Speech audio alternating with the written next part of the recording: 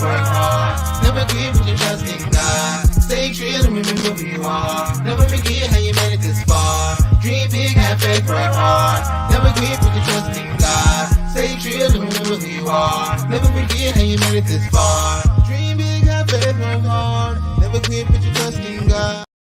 What is going on, everybody? Welcome to the Stand Podcast with another episode coming your way. Yeah. Absolutely. Appreciate you all being here. CoachMcGarity Jr. coming to you with another episode. And today we're going to be talking about college recruiting. College recruiting. We know it's all happy and it's a joyous time when our child signs that letter of intent, the national letter of intent, I should say. And in that is a great time. We all get all bubbly and dressed up, and it's a lot of celebrations and confetti. Well, not so much confetti, but you get the whole gist. You're surrounded by loved ones. Your child has their teammates and the coaches and things of that nature. It's a momentous occasion. I've had the privilege to be a part of quite a bit of those with student athletes that I've trained and coached throughout the years. But in this, we know how stressful this can be as well. So this episode, we're going to specifically talk about tips from a parental aspect and also a student athlete aspect. So this is for both, to be able to ensure that our student athletes are being successful in getting themselves exposed. Now, who this podcast may not be for, may not be for those elite athletes who, no matter what you do, you're known, you're seen, and those college coaches know about you. They see you constantly. You're on social media doing your thing, and you're just known throughout the nation. But these are for those who may not have been heard or seen from a college coach, or you might have gotten a general email that was just a standard letter.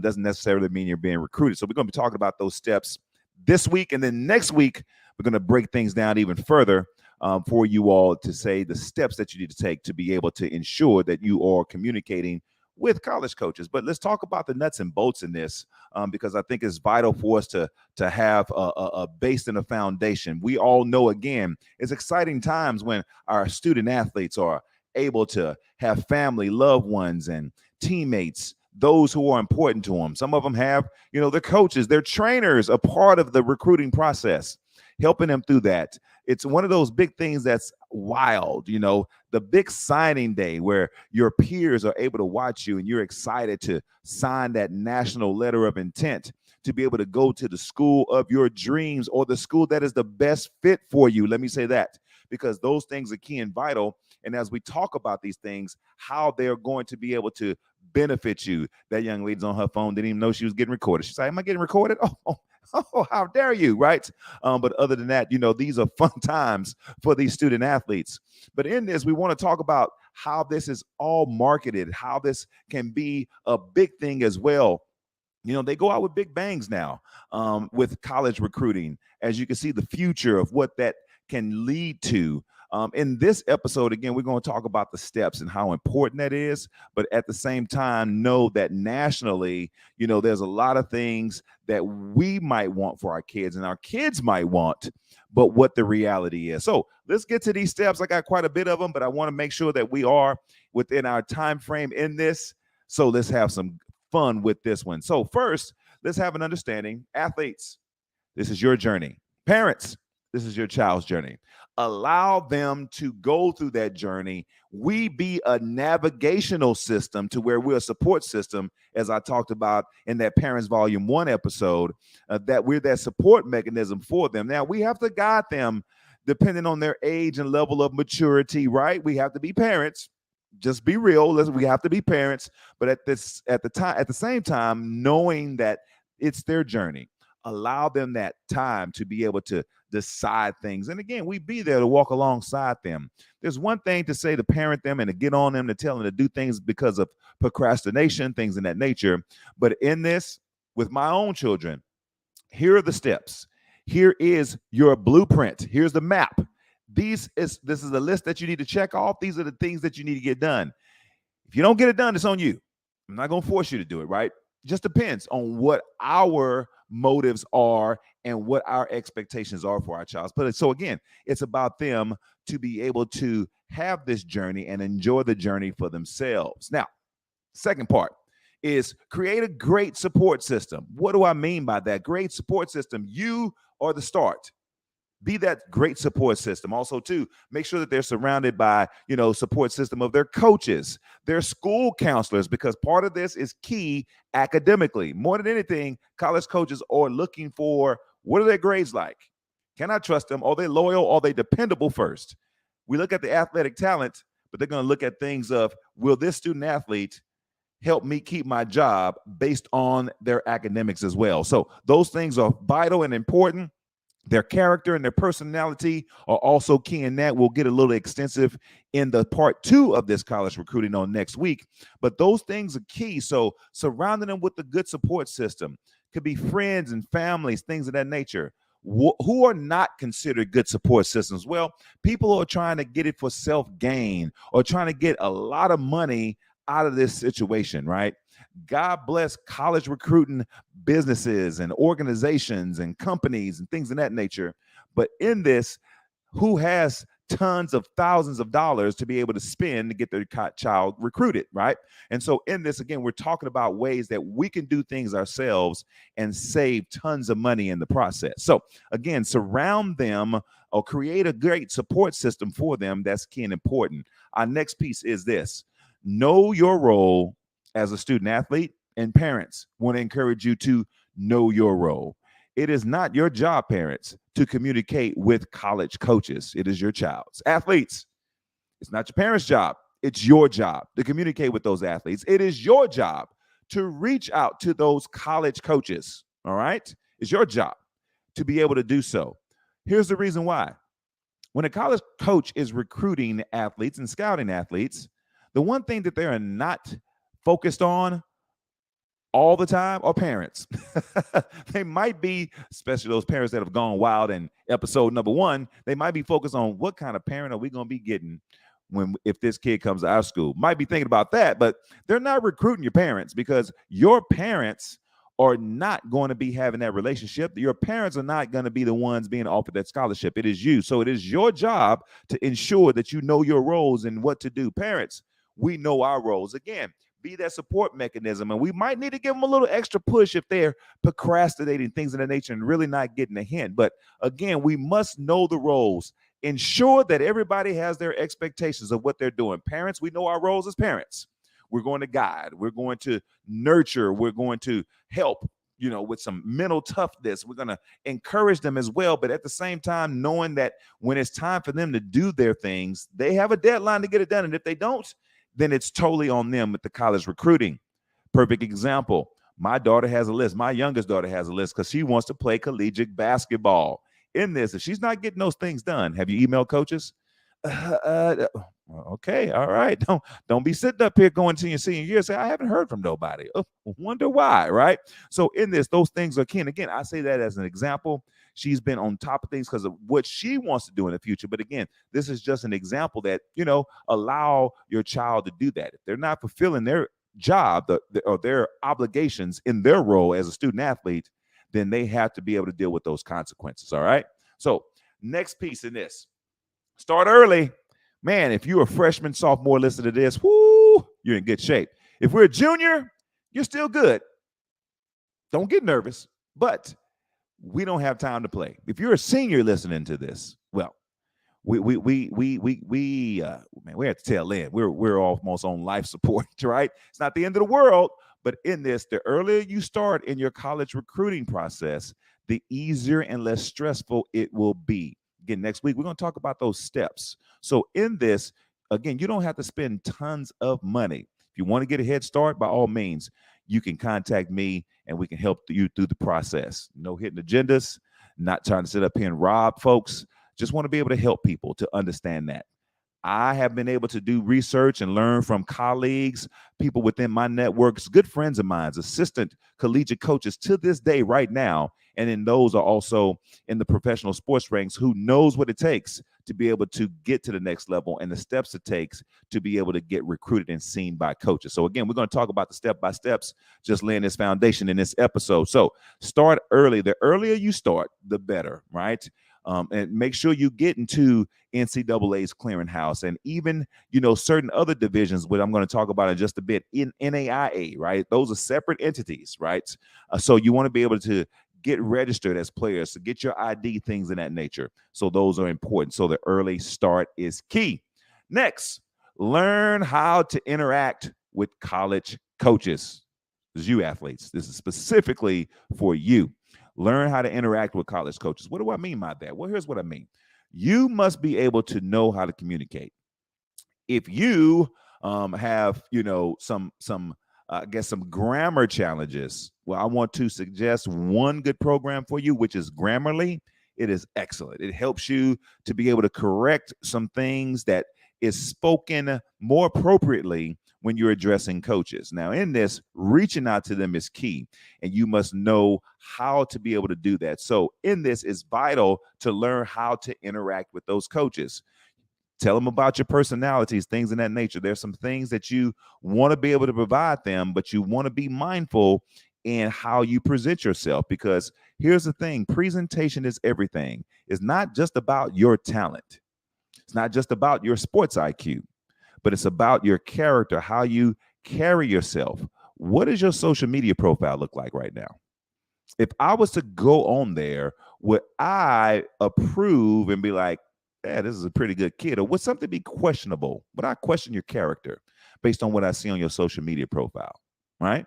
So you want to be able to be mindful of those things, right? We see a lot of things today. A lot of it, if we take professional sports, for example, we got stars like Ja Morant sitting up here flashing guns and clubs and things of that nature. If he was a high school athlete doing something like that, no matter how talented he is, more than likely he would get passed by tons of coaches based on stuff like that. So you got to be mindful. If your social media is not presentable, and how do I know that, coach? Well, you know that by a couple of things. One, does your parents approve this? And then let's go a little deeper. Would grandpa approve that? Right? What would your coaches say? What would your religious leaders say? Right? So those are the things you got to keep mindful. And if you have to question it, I want to ask that you look for a second opinion, an honest opinion. And then if it's too questionable, be like, yeah, I can't show this to them. Then it's time to delete it off your social media page. So in those things, you want to ensure that your profile on social media is presentable. So ensure that you're doing those things, right? Next, just don't focus on one division or one level. What do I mean? Don't say you want to go play Division One when you are probably 5'8" and probably 143 pounds playing a guard, and you want to go to the University of Connecticut, women's basketball, UConn, the Huskies, but Coach Ariema is interested in a 6'2" three-point shooter. Well, I want to go to UConn, but all he's needing is a 6'2" three-point shooter. You're 5'8", and your strong suit may not be shooting threes. So you need to understand the ramifications of where you're wanting to go, what they're needing. And those things are key. Don't just keep your focus on Division One. I'm not discouraging you, but don't just keep your focus on Division One. I myself wanted to play Division One, initially football, but I was a knucklehead and had to migrate to my second sport, which was basketball. But in this, I didn't have the grades to compete at the Division One level, so I had to start junior college. And then afterwards, I ended up playing at a Division Two school in San Bernardino, California. And in this, the big important piece that I want to encourage you is that floor time. What do you value most? Do you value going so much to a Division One just to be on that team, but hardly get any minutes until probably your senior year, maybe if that? Or is it important for you to not only just gain an education, but also gain that experience of playing at a high level collegiately? And if being on the floor is key, find a program, no matter the level or the division, where you're going to excel. There's Division One NCAA. There's also Division Two and Division Three, but also another form of level, which is NAIA, right? It's 4-year, more geared towards private schools. And in this, you're able to see that as well. My senior year, as a matter of fact, was college. I went to an NAIA school, Houston Tillotson University, which is a primarily HBCU school. So in this, again, don't just focus on one division, one level. Really look towards that. And then also, too, if things don't work out for a 4-year college, once you graduate, it's not the end of the world. Consider junior college. Junior college, you still get 100% of your education paid for, and you can stay there for a minimum of 1 year, maximum of 2 years, and then you can look to go to a 4-year school. College coaches still recruit out of junior colleges. And also, too, more than anything, than a transfer portal. But again, that's going to be next week's episode, man. We're going to have blast on that one. So in this, just don't focus on one division. Next, make sure you develop strong fundamental skills. Your weaknesses need to be your strengths. You can't be a predominantly right-handed, right-footed athlete and not be able to improve with your weak-sided hand, weak-sided foot, depending on the sport that you're in. Ensure that you're improving on those things. And if you're in the off season right now, you're not working hard, then you're behind because somebody else is working hard. There are millions of student athletes competing to try to gain a collegiate scholarship, those who do want to play at the next level. Now, we know some after graduation, after that senior year of sport, they're done. They don't want to go to college to play. But that leaves still millions of others. And so in this, you want to ensure that your fundamental skills are sharp. I know I'm moving too far ahead when I say this, but there's this nomer of could be some racism of the NBA MVP race because Nikola Jokic of the Denver Nuggets is on tap to most likely be voted most valuable player of the regular season for the 3rd year in a row. It has nothing to do with race. That guy's just fundamentally sound. His fundamental skills are off the charts. Right now, he's a 7-foot center, averaging a triple-double. So in this, your fundamental skills are key because if you can attack just as strong to your weak side as you can your strong side, you're a tough individual to guard. Coaches love that. One of the things that was said about me as a recruit was that I was able in the game of basketball to shoot with both hands, both right hand and left hand. And in that, those things are vital because those things are what coaches are looking for to help them be successful as well. So again, strong fundamental skills are important. We're almost done. Perfect your craft. Perfect your craft. What do I mean by that? Perfect your craft. If you're playing a game of basketball, work on that craft. Work on every aspect of it, not just the talent of it, but also the IQ of it. Learn the game.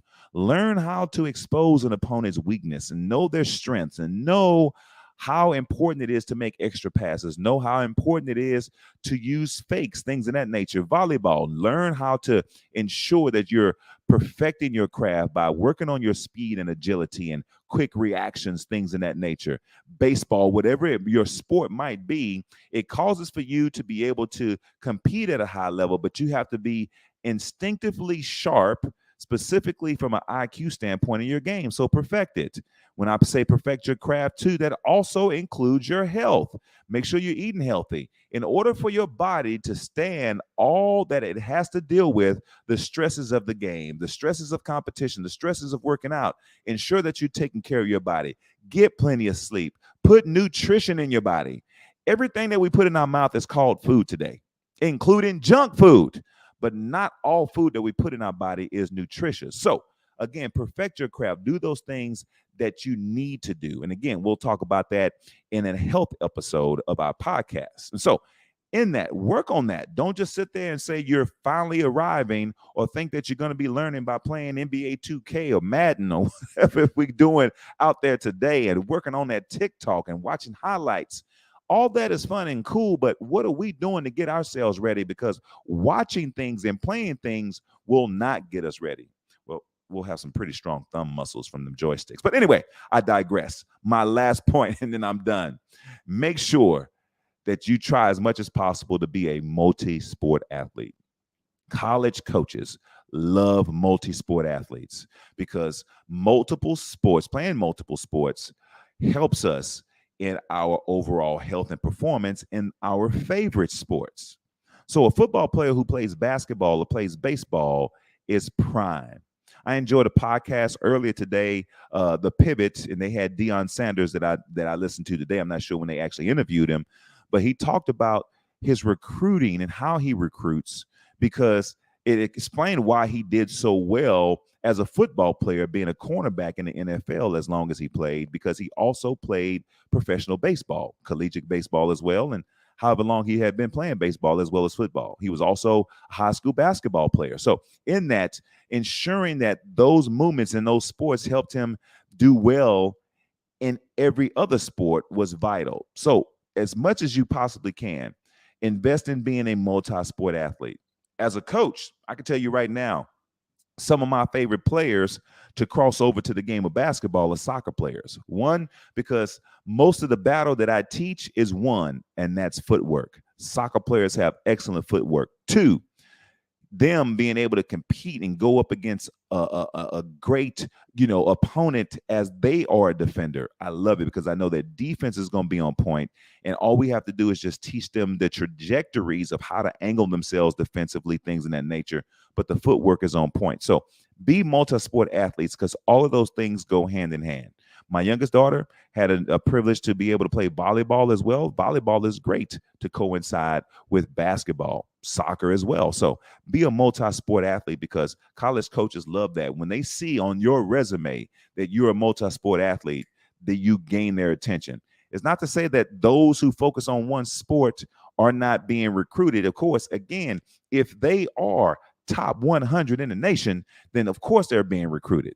But if you are not, you need to ensure that you're doing what you need to be able to make sure that you're at your best, my young people. Because in this, hard work leads to a profit. Just talking about it gets you nowhere, right? It's not guaranteed that your hard work will lead towards a scholarship. But in this, your hard work will provide discipline, gives you a good work ethic to help you have a great success and future in life. But in this is all that we have for today. We greatly appreciate that. The one thing I do want to mention, that if you are interested and you just like, look, I don't even know where to start. I hear what you're saying. I love it. I don't know where to start. Well, got news for you. I am going to be hosting a seminar on